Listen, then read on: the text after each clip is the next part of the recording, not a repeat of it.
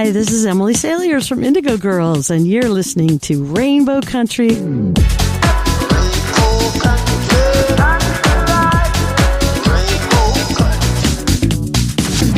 The views and opinions expressed on the following program are those of the persons appearing on the program.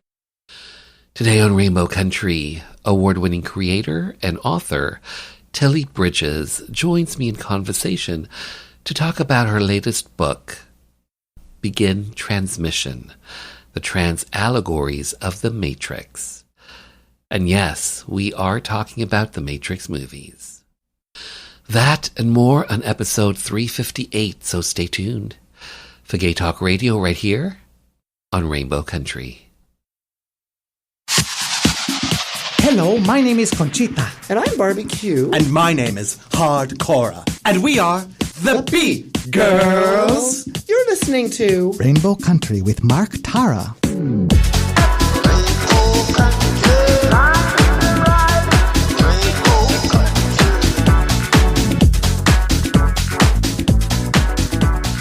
Well, hello and welcome to a brand new journey through Rainbow Country. As I like to call it, a little gay radio show working to give voice to the LGBT community and beyond. And as always, I am your tour guide through Rainbow Country. I'm producer and host, Mark Tara. By the way, Rainbow Country originates from CIUT-FM in Toronto and now proudly in syndication on 12 outlets across Canada, from coast to coast to coast. The Yukon, British Columbia, Saskatchewan, Manitoba, the east coast of Canada in Newfoundland, Ontario, even down to Buffalo, New York, and online. Well, thanks to you tuning in, streaming, downloading, but ultimately listening. Together we continue to build Rainbow Country into a nationally syndicated gay radio show, a #1 LGBT podcast on Podomatic.com's Gay and Lesbian chart, as well as being recognized as Canada's #2 LGBT podcast on Feedspot.com. So today, Begin Transmission, the trans allegories of the Matrix, tracking one person's transition journey from Thomas Anderson to Neo to Trinity. Writer of comics, screenplays, teleplays, and audio dramas, award-winning creator Tilly Bridges joins me in conversation to talk about Begin Transmission, her own trans journey, and more. Plus an hour or two music from LGBT artists, independent artists, voices that we've come to know and love in classic disco, classic 80s, classic house, and on this episode I'm featuring some classic house, some queer electronic, and more. All that lies ahead as we start Journey 358 through Rainbow Country, and our first stop, the Rainbow Country School for Canadian Gay History. Today's lesson from activist, author, and historian Tim McCaskill, Operation Soap, the Toronto bathhouse raids of February 5th, 1981.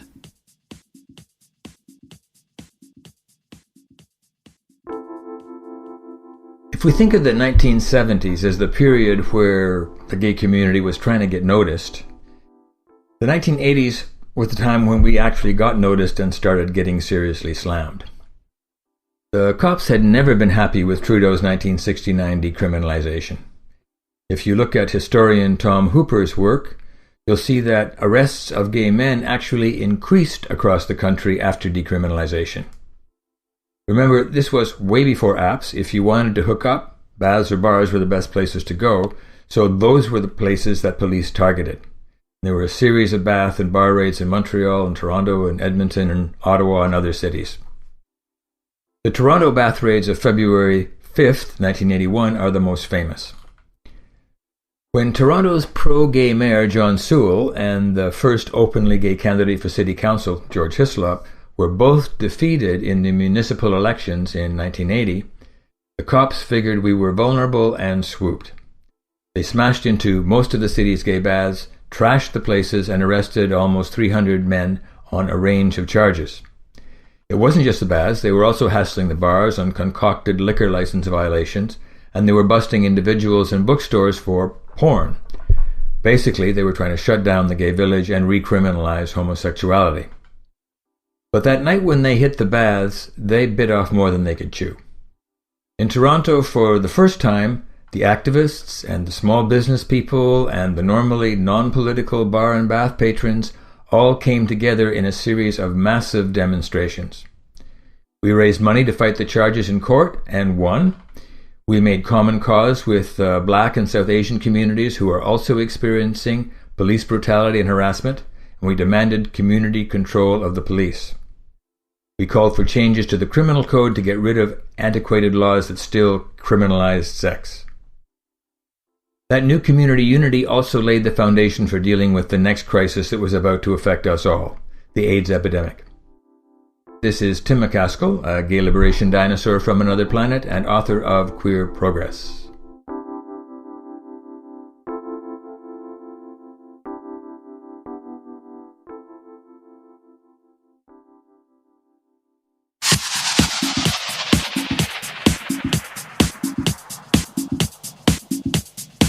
Hi, everybody. This is Gino Vanelli. You're listening to Rainbow Country with Mark Tara.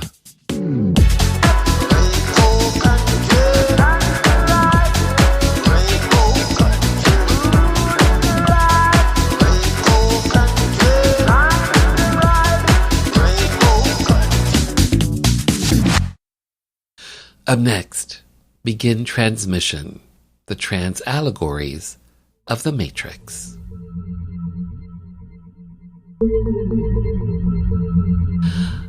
Tilly Bridges, hi, how are you? I'm great. How are you? I am well. I have to say thank you for being here to have your voice, your story be heard by the LGBT community and beyond. So thank you for that, especially to talk about begin transmission, the trans allegories of the Matrix. Yeah. Begin transmission, the trans allegories of the Matrix. This is your current book. It comes out, I believe, officially June 27th. That is correct. It's a hardcover book.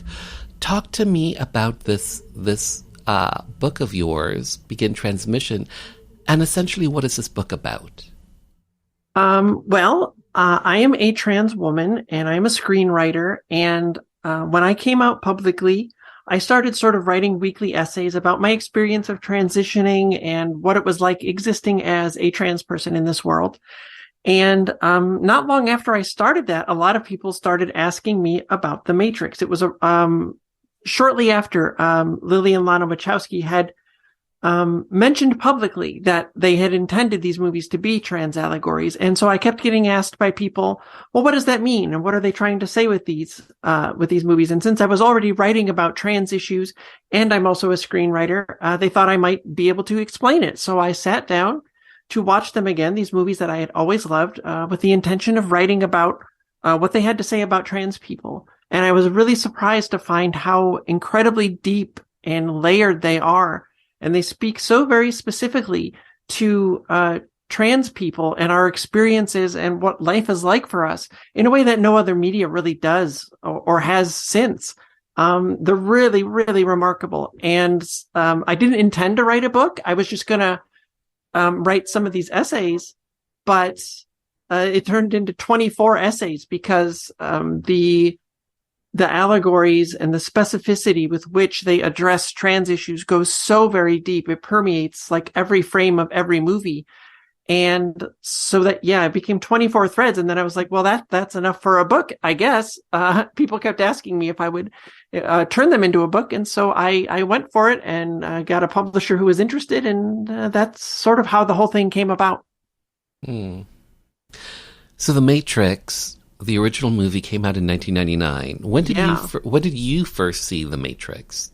I saw it when it first came out. I was not aware of my own transness yet at the time. I was an egg deep, deep inside my shell. But it spoke to me really deeply in ways that I didn't understand until all these years later, after knowing I was trans and coming out and transitioning and then watching them again is when it really hit me why I'd always connected with it so incredibly deeply. So when you first saw the movie, it resonated with you, but you weren't sure why it resonated with you. Right. Looking back then, do you think it was because you were saying you hadn't fully recognized who you truly were? Do you think that that's what it was tapping into, that aspect of yourself? Yeah, absolutely. The first movie very specifically deals with coming to terms with being trans and choosing to transition. And so when you are an egg deep in denial who doesn't know that you're trans, the first movie very specifically, more than the others, will speak to you on really, really deep levels, because that's what it's all about. That's everything that's under the surface there. And so that's absolutely why it spoke to me. It was telling me things about myself that I hadn't yet realized, but that had always been in there. And part of me, my subconscious, was latching onto that and saying, pay attention. There's something really important here. So excuse my ignorance. You've mentioned now a couple times about the egg within you or something. Yeah. What is that term that you're referring to? Because I don't know that term. Oh, yeah. It's in a lot of online trans circles. An egg is somebody who is trans and doesn't know that they're trans yet. Okay. And when you realize and accept your transness, that is your egg cracking. So going back to the films, when did it dawn on you that these films were allegories for being transgender? Is this when you mentioned at the beginning of the interview about the Wachowskis saying that it was intentional? Is that when you recognized it?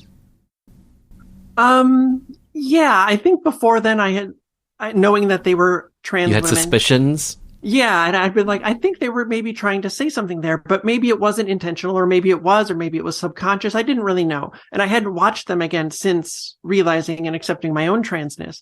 But so it was once they finally came out and said, yeah, that was what we intended to do. And I just started thinking about it. I was like, yeah, that makes a lot of sense, because there's a lot of things in there that very specifically speak to transness. And, but I thought it would be sort of a broad generalization thing, like, oh, this touches on like 2 parts of being trans. And that's neat, because no movies ever really do that. But it's so much more than that, or than I ever could have imagined it was. Okay, so an allegory, in its most basic terms, is a story that can be interpreted to reveal a hidden meaning, a deeper meaning. Yeah. In Begin Transmission, you say that The Matrix is a confirmed and intentional transgender allegory. You mentioned this at the beginning. Why do you think they said that when they did? Do you have I'm any not idea? sure about their motivations behind that. I think, obviously, legislation against trans people right now is really, really bad. And our representation is not very common in media. And when it is, it's often harmful and damages the community or the perceptions of us. And so I don't know that this is a fact, but I feel like that may have spurred them on to feel like they could now admit it, or maybe they got to a place in their own careers or lives where they felt comfortable being able to reveal that. I don't really know the motivation behind it. But I think around that time, that was when the legislation against this just started really picking up. And so I think trans people and issues were in the news more than they had been maybe in the years prior. And that might have been what spurred people to ask them about it or got them thinking about it. So in 1999, The Matrix came out and was written and directed by the Wachowskis. Before 2010, they were known as the Wachowski brothers, and then they both later on transitioned and are now known as Lana and Lily Wachowski. Yeah. In Begin Transmission, you write about all 4 of the movies in the series: The Matrix Reloaded, The Matrix Revolutions, The Matrix Resurrections. There's also The Matrix Animatrix in there as well. What are you touching on in each of those movies when it comes to them being a trans allegory? What are you touching on specifically in say, The Matrix compared to, say, The Matrix Revolutions? Right. Okay. So the important thing to know when you're approaching this movie series in terms of its allegories is that each movie's allegory builds and expands upon the one that came before. So you have to understand the first ones, the very basics at the first movie to understand the second movie and onward. They get more deep and more specific to the trans experience as they go. The first one, as I mentioned earlier, is about someone realizing that they are trans and choosing to transition and everything that's involved with that and how difficult that can be. Matrix Reloaded is about how once you are out as trans, the entire world seemingly starts coming for you. There's a giant target on your back, and life can become very difficult due to society once you are out as trans. And knowing how difficult that is, would we still have chosen to transition? And why would we still choose that when we know how hard it's going to make things? Matrix Revolutions is very specifically about dealing with internalized transphobia and the way society, even without our knowledge, imprints things into us in our subconscious that makes us hostile to ourselves. And it's also about if, building off of Reloaded, if that's what life is like for us, if it's so difficult because of society, where could we go in the future? What would society have to become to become accepting and welcoming of trans people? And then when you get to Resurrections, that picks up from Revolutions and says society did not make those changes. Things did not get better. In fact, they've gotten worse. And because of that, that caused someone to detransition, and they're realizing that the detransitioning was a mistake, that yes, life and society can be very hostile to trans people, but that's not a reason to deny your truth. And you have to fight for yourself and to be who you are ultimately and embrace yourself. And it's also in a little more general way about the erasure and co-opting of trans voices. That applies to all of us, but also very specifically to the Wachowskis, who have had these movies, and specifically the red pill from the first movie, co-opted by the alt-right. And their voice and their meaning and their intention has all been stripped from that and turned into the opposite of what it was supposed to mean. And that happens to trans people a lot. And so Resurrections also deals a lot with that and the way that happens to trans people pretty frequently. So when you say the red pill has been co-opted by the alt-right, yeah, what do you mean by that? Well, How? there are the far right men's rights activists and what have you that call themselves red pillers. They believe really? that taking the red pill is they feel oppressed. These are all generally cisgender, heterosexual white men who want to be oppressed, who feel oppressed because people other than them are finally gaining some rights and gaining ground in equality. And that makes them feel like they're oppressed. And so they have turned the red pill into their version of waking up to all of these marginalized communities. Gaining rights is actually discrimination against them. That's sort of the basics of the entire thing, and it's a bunch of hogwash and nonsense, but that's what they've done. And the brilliant thing about it is that, I mean, it's terrible that they've done that, but the brilliant thing about the Wachowskis, there are many brilliant things about them, but they specifically saw these guys coming, and they called them out through in The Matrix, in Reloaded, and again in Resurrections, very specifically, that they even in the very first movie, 25 years ago, they saw these guys coming and called them out in dialogue right in the movies themselves. And these men's rights activists, red pill guys, can't even see it. They can't even understand that they are being referenced, they are being talked to and pointed out how incredibly wrong they are on a fundamental level. And they still don't see it. So it's it's a mess, but the Wachowskis are brilliant and they knew it was going to happen. And sadly it did. So the message aside, the importance of the message aside, what do you think of this series of movies? I love them. I've always loved them, but writing these essays that became the book made me love them even more, because when you look at the entire series, it's sort of a blueprint for love and acceptance and how to make a more accepting and equitable society for everybody. It's they're really beautiful in that way. They're about choosing to not hate. They're about choosing to stand up for and with each other, and about choosing to stand up for and with yourself, to love yourself enough to do whatever you have to do to be who you really are. And so because of that, they have such a beautiful message to them that I don't find in a whole lot of media these days. And so that made me love them even more.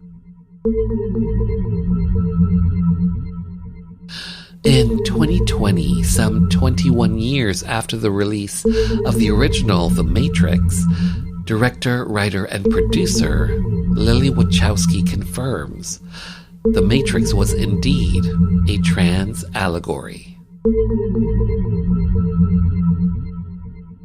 Hello, Lily Wachowski here. I'm glad that people are talking about the movies, the Matrix movies, with a trans narrative. I love that how meaningful those films are to trans people, and the way that they come up to me and say, these movies saved my life. Because when you talk about transformation, specifically in the world of science fiction, which is just about imagination, it's like, and world building, and like the idea of the seemingly impossible becoming possible, I think is like, that's why it speaks to them so much. And I'm grateful that I can be a part, throwing them a rope to help them along their journey. I'm glad that it has gotten out that, that was the original intention, but the world wasn't quite ready at a corporate level. The corporate world wasn't ready for it. So when you make movies and it's this public art form, I think any kind of art that you put out into the universe, there's a letting go process, because it's entering into like public dialogue. I like that there's like an evolution process that we as human beings engage in art in a non-linear way, that we can always like talk about something in new ways and in new light. We had, the Matrix stuff was all like about the desire for transformation, but it was all coming from a closeted point of view. And so we had the character of Switch, who was like a character who would be, a man in the real world, and then a woman in the Matrix. And, that's both where, where our headspaces were. I don't know how present my transness was in the background of my brain as we were writing it, but it all came from the same sort of fire that I'm talking about. And because trans people exist in this, especially for me and Lana, we were existing in this space where the words didn't exist, so we were always living in a world of imagination. It's why I gravitated towards science fiction and fantasy and, played Dungeons and Dragons. It was all about creating worlds. And so I think it freed us up as filmmakers, because we were able to imagine stuff at that time that you didn't necessarily see on screen. Or even the idea of how can we exist in as many genres as possible. One of our things that we really enjoyed doing was sort of genre bending, where you would have stuff that felt like kung fu movies and like anime and westerns. And then we always loved this scene that Ned Beatty would do in this movie Network, where he would talk about the way the world was, and it was always from this corporate hierarchical overlord structure. And so I think in our transness, we are always trying to, and queerness, incorporate as many things as possible. It's just like trying to visualize within, a much larger, infinite scope of the imagination.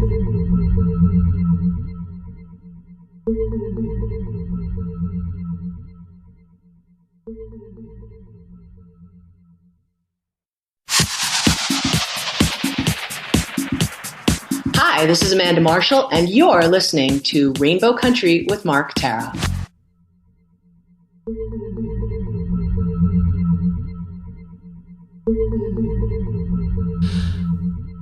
So, Tilly, you came out publicly as a trans woman in 2020.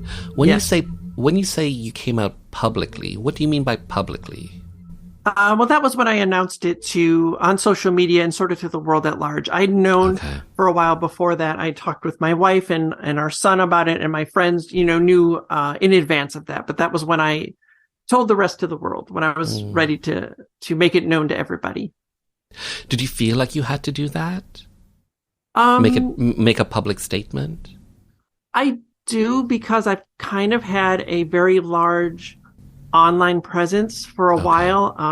I run one of the things that I do is run a podcasting company that my wife and I founded, and it's got a lot of listeners, and my voice has been in it. My name has been in all of these different shows for a really long time, years and years. And there's no way I could change that. There's no way I could go back and re-record all of those or change my name on all of them. And all of these people that listened already knew me. And I was obviously not going to keep pretending to be someone I wasn't. I was going through voice therapy. I'm changing my name. I'm doing all of these things. And so I sort of felt that I had to come out publicly because of all of that. And also with our writing, I've had credits that were in my dead name. So it was I felt like I sort of did have to do it publicly just because of the baggage that I had from all of these other things I'd done.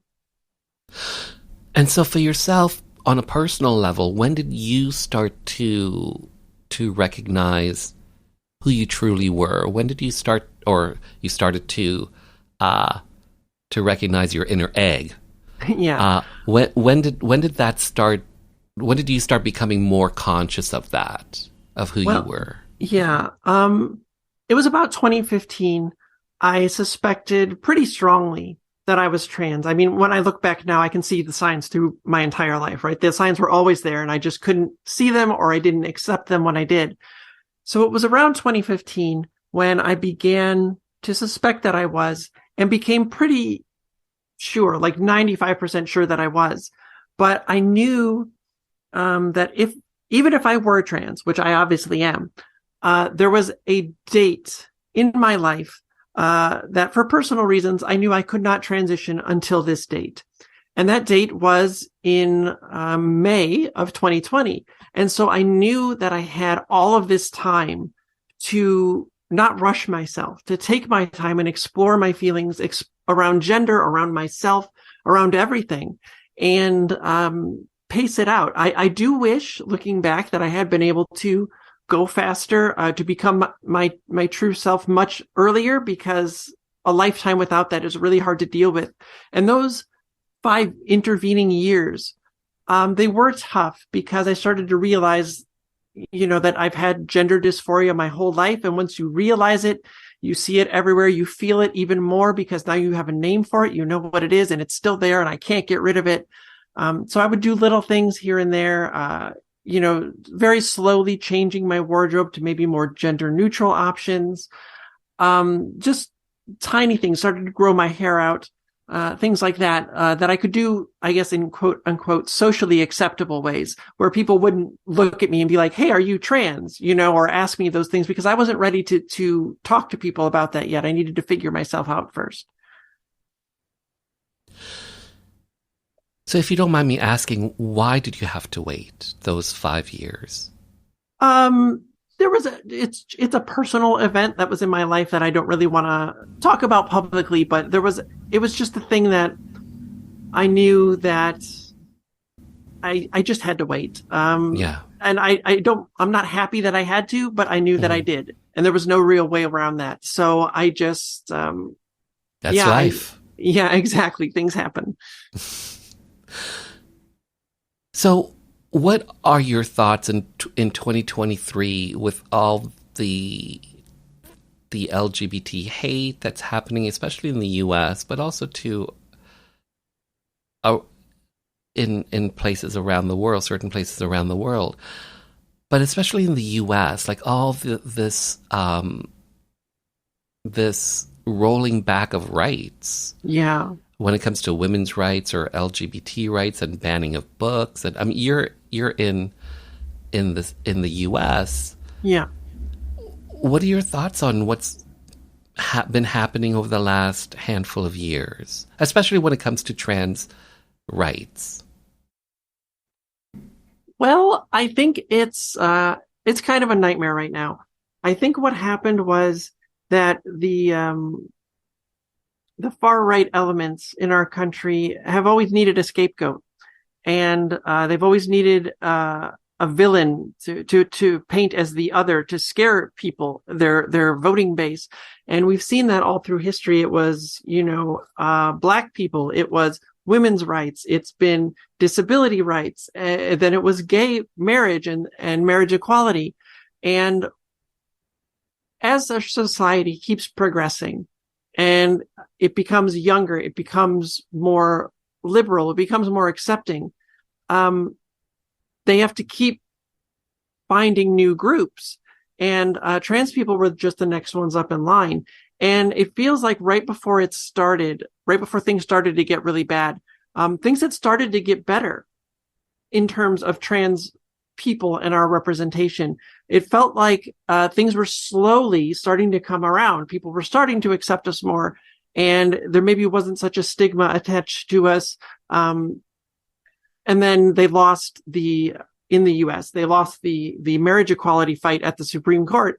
And once that hit nationwide, they knew they had to find someone else. And if you look at even the things that they say about trans people, it's the exact same things they said about gay people. It's the exact same things they said about Black people and interracial marriage and things like that. They don't have anything new.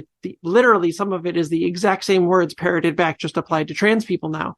So they're stoking this fear to try to hold on to power, because as our society does get younger and more liberal and more queer and less white, they know that they are losing power. The demographics are changing. They cannot win elections without heavy gerrymandering and voter suppression.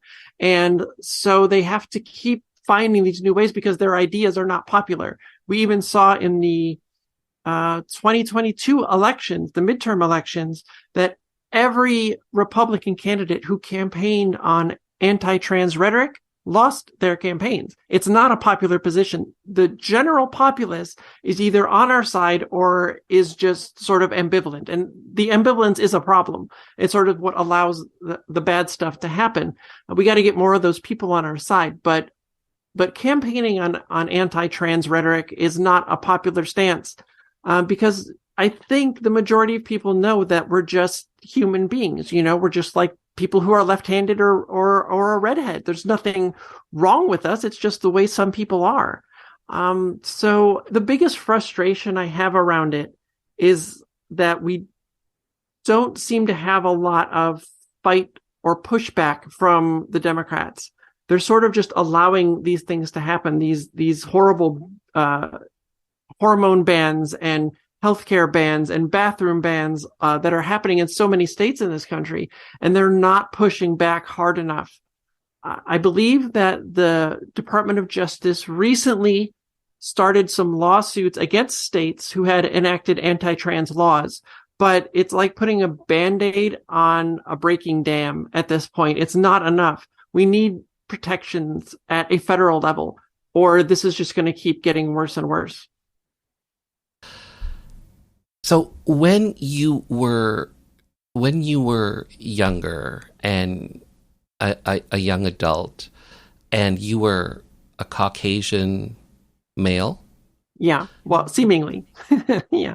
Seemingly, you had I'm sure you felt a certain way when you were out in public and out shopping and all that sort of stuff. When you did transition and you're now a woman, a trans woman, a Caucasian trans woman, did you sense a shift in terms of maybe some of the privileges that you had as a white male that now you've lost? Oh yeah, absolutely. It was the weirdest thing, because when you move through society that is set up and established by cishet white men, and they think that you're a cishet white man, that everybody sort of part of the club. Exactly. And so just being not that, you get noticed so much more. People look at you. Even now, I still get the stares, like people trying to figure me out. It's really, really shocking. And I had always been aware of the privilege that I had. Even when I was a kid, I remember that I think I was fourth grade.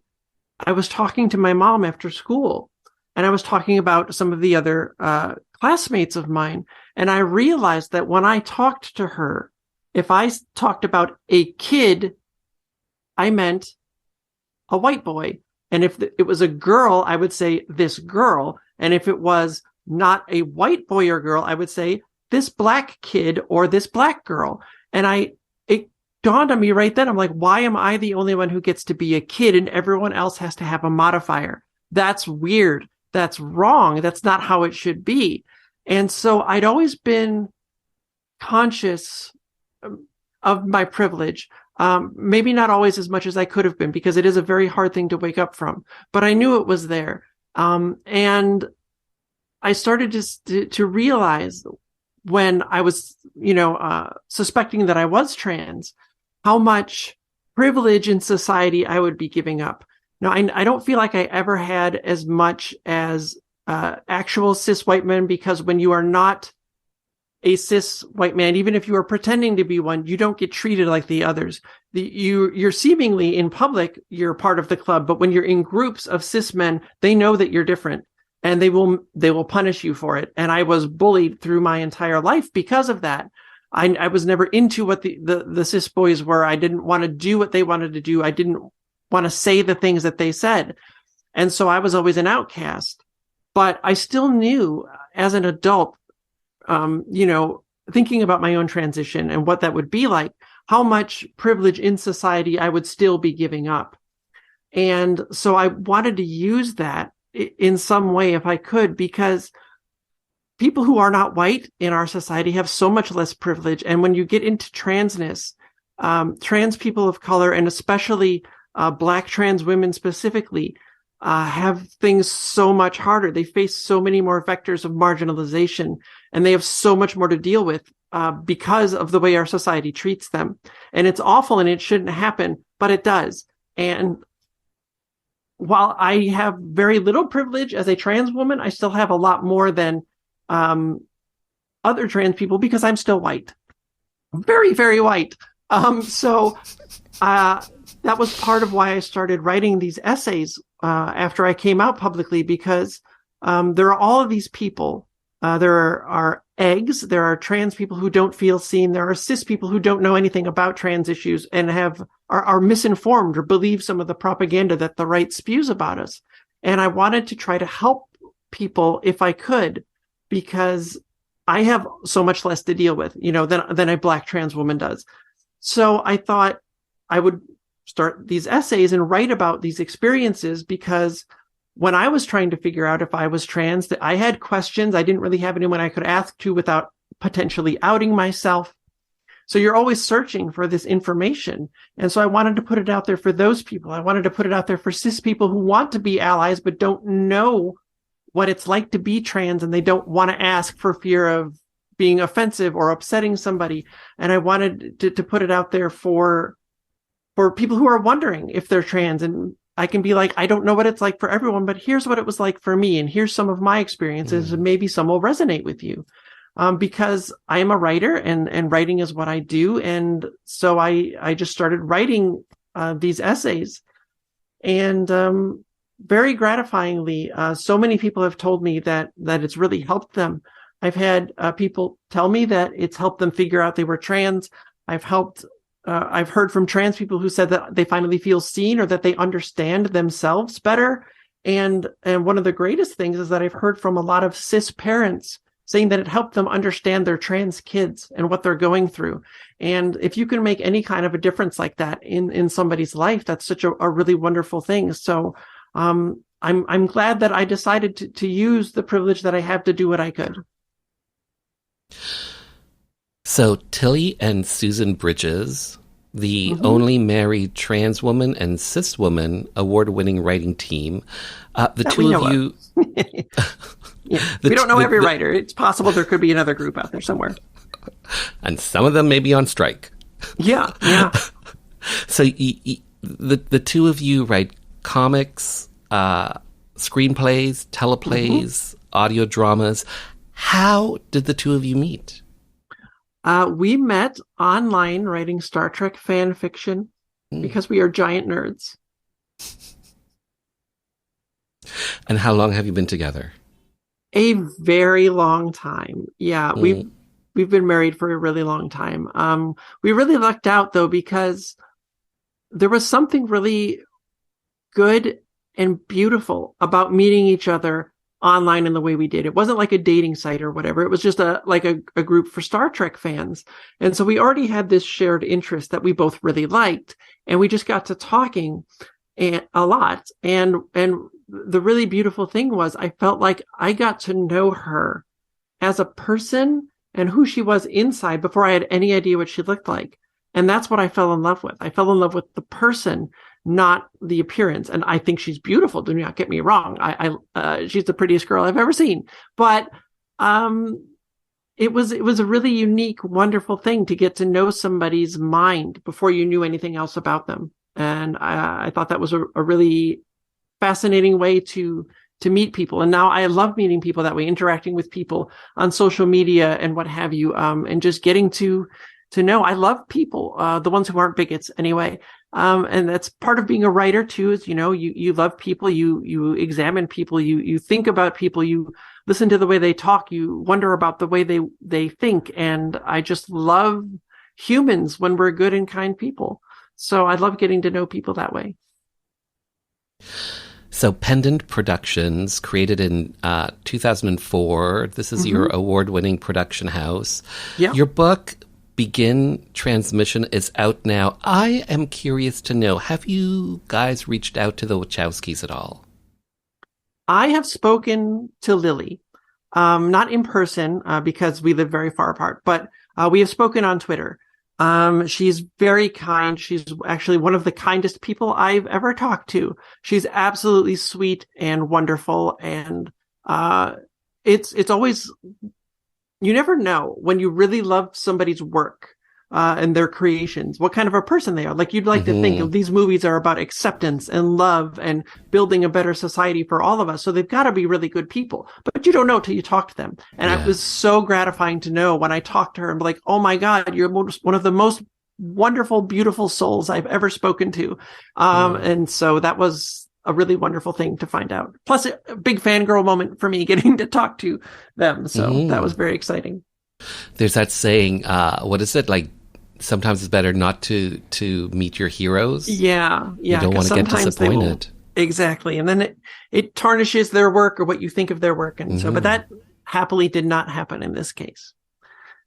So Begin Transmission, it's out. It's a hardcover book. Is there an audio component to this? There will be an audiobook version that is coming. I don't know when yet, but the hardcover, the paperback, and the digital version will all be released on the same day on June 27th. So I should have news on the audiobook later this summer, I think. I think I'm going to record it myself, but I've got to figure out the right recording setup and be sure that my voice is in shape to do that. And I don't know how long it will take me to record a whole book. So we'll see. But it's on the way. It will be coming. Here's my last question for you. What do you hope audiences come away with after they've read this book, they've listened to it, potentially. What do you hope your audience comes away with after experiencing Begin Transmission? I hope they come away with a better understanding of the trans experience.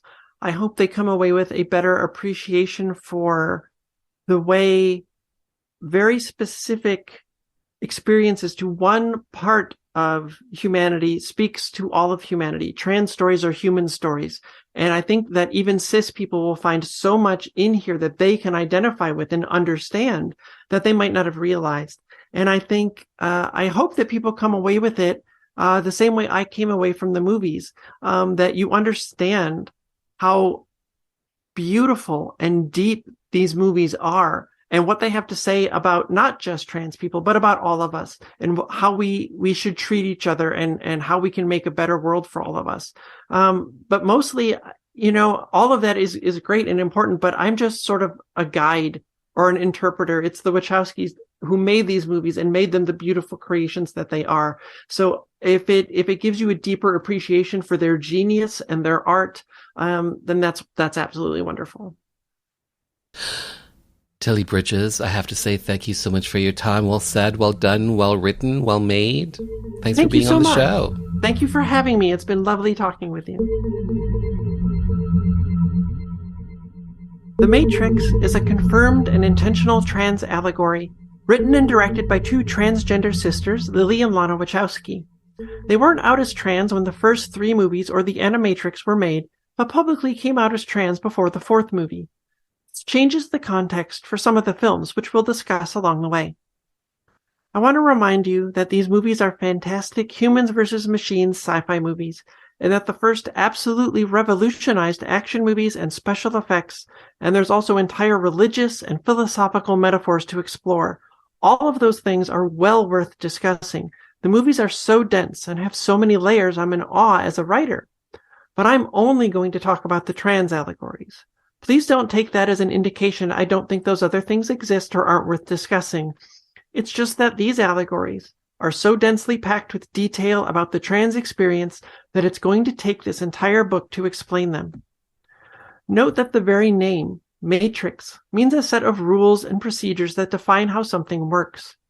The society we all live in is our matrix, and yes, it does have you, well, many of you. It's the cisgender binary we're all forced into at birth without our consent. It restricts us and harms us in all sorts of ways, which these movies will show you time and again. Neo's our lead, and The Matrix is about his journey in coming to terms with the fact that he's transgender. Reloaded is about all the ways society comes for you once you're out as trans, and wondering if we would have transitioned if we knew how hard life would become. Revolutions is about dealing with our own internalized transphobia and where we might be able to go in the future, or where we hope society might go. Resurrections is about detransitioning and retransitioning, and the co-opting and erasure of trans voices. But we have to go in order for everything to make sense. Neo always presents as male in the movies, of course, but remember this is allegory, and the first movie was also made in 1999. Here we are over 20 years later, and we still don't have a transgender sci-fi action movie lead. We can't hold that against them. The surface level story is about Neo accepting that he's the one, and there will be much more on that later. But his journey is a trans one. His chosen name, Neo, literally means new. His dead name is Thomas Anderson. Thomas means twin, and Anderson means son of Andrew, and Andrew means manly or masculine. This means his name roughly translates to twin of the manly or masculine. This is your very first indicator of just how intentional these allegories are. You don't accidentally pick a name that means twin of the masculine for a trans allegory. And even if you somehow did, if that was the only evidence, then sure, maybe it's a coincidence. But it's only the tip of the tip of the tip of the iceberg. Morpheus, in mythology, is the god of dreams. In The Matrix, Morpheus is Neo's superego and subconscious, and knows of his dream to be his true self. He knows the truth about Neo and spends every movie trying to help him accept it. Cypher is Neo's id and his doubt. A cipher is literally a secret, a code that hides the truth. It plagues Neo, eating at him. His id is so sure that he's in fact not trans and would be all too happy to just never think about it again. Neo's doubt is later personified by Link and then Bugs, but those are very different kinds of doubt that we'll discuss when those characters appear. Trinity is Neo's self-actualization, the person he wishes to be. Her name alone tells you she's Neo, 1, the ego, Morpheus, 2, the superego, and Cypher, 3, the id, all rolled into one. Trinity's in balance, in harmony, a whole person. Also note, she is a woman. The other 3 are men. Neo has to reconcile these supposedly male aspects of himself if he ever wants to attain self-actualization. Note how similar Neo and Trinity look, even down to their hair. None of that's by accident. Everything in a movie is a choice. And not only does this also hold through all 4 movies, I submit to you it is the entire point of all 4 movies. They tell the journey of one person, from Thomas Anderson to Trinity. Agent Smith begins as the personification of society and the passive transphobia it exhibits by designing a system, the cisgender binary, that does not even account for the existence of transgender people. Over the course of the first movie and then through the sequels, he comes to represent active transphobia, the parts of society that acknowledge trans existence, only so they can then attack it and try to make it impossible for us to exist within it. Other important things to know before we start. The Oracle is Neo's heart, later replaced by Bugs. Tank is the trans community, later replaced by Zion and then Io. Locke is Neo's fear. Niobe is Neo's confidence, and the color red is vital to understanding all 4 movies, wherein it stands for unequivocal truth. Know that it stands for truth now, and the explanation for why that is will come early in discussing the first movie. Blue stands for doubt, and yellow for fear. Always. The mixture of these colors is also used to convey more complex things. Purple shows you there's truth and doubt. Orange shows you there's truth and fear. The green overcast of the original trilogy shows you the world the cisgender binary matrix has created is based in fear and doubt. Yellow plus blue equals green. All agents, police, and security guards across all movies are cis white men. This is also intentional. It's showing you who benefits from the false cisgender binary, who set it up, and who extracts power from it to keep themselves at the top. This is also why the architect and the analyst are cis white men. These are the bedrock of the allegories. The foundation of everything else is built on and used to say all that the Wachowskis have to say. The good news is these are explained to you through the movies themselves. We're going to go through them all in order, not exactly frame by frame, but it might as well be for as much as these movies have to say. To truly understand the allegories, you'll need to go in order and read them in the order written, in the order of the movie's release. Jumping ahead will only lead to confusion, so I don't recommend it. But technically you can if you want to. I mean, I'm not the boss of you. I can only show you the door. You're the one that has to walk through it. Begin transmission. The Trans Allegories of the Matrix is available right now for pre-order wherever you get your favorite books, and officially comes out June 27th. For even more on award-winning creator Tilly Bridges, check out the website birdguest.com. When did gay pride become just pride? I can answer that for you, and I can answer where the big turnaround was, and it's a very simple thing. Corporatism is when gay pride became pride. As soon as we got corporate sponsors, as soon as we had the approval of the corporations around us, oh my God, the beer company's going to sponsor it and they're going to give us a float, and look at the telephone company's going to do something and someone else is going to do something. But drop the gay. Yeah, drop the gay and include everyone. And I always thought, why should we include everyone? This is a gay pride celebration. It is for people who are in a sexual minority. We had something that was for us to make people recognize who we are and to acknowledge that we actually existed. Award-winning playwright and author Brad Fraser reflects on some important gay history. The time frame, the 1990s. When gay pride becomes pride, with the introduction of corporate sponsorships.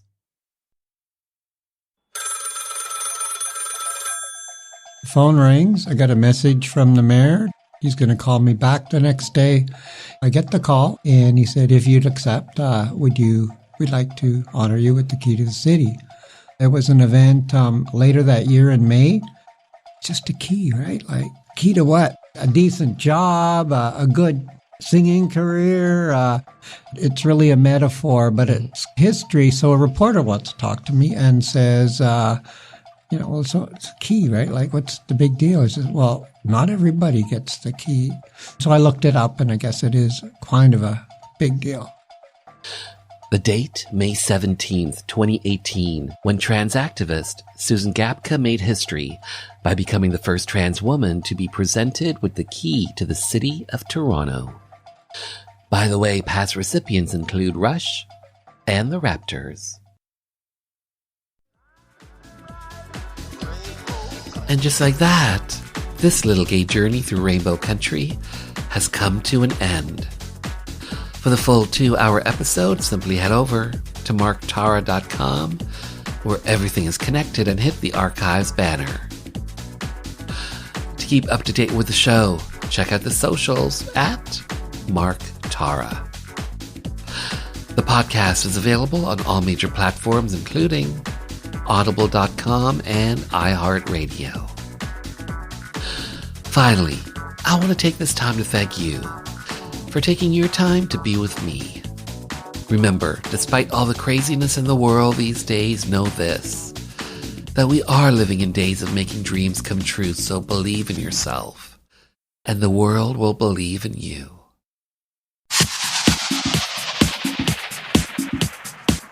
Hi, I'm Keegan Hurst, former professional rugby player, coach, raving homosexual, and you're listening to Rainbow Country with Mark Tara.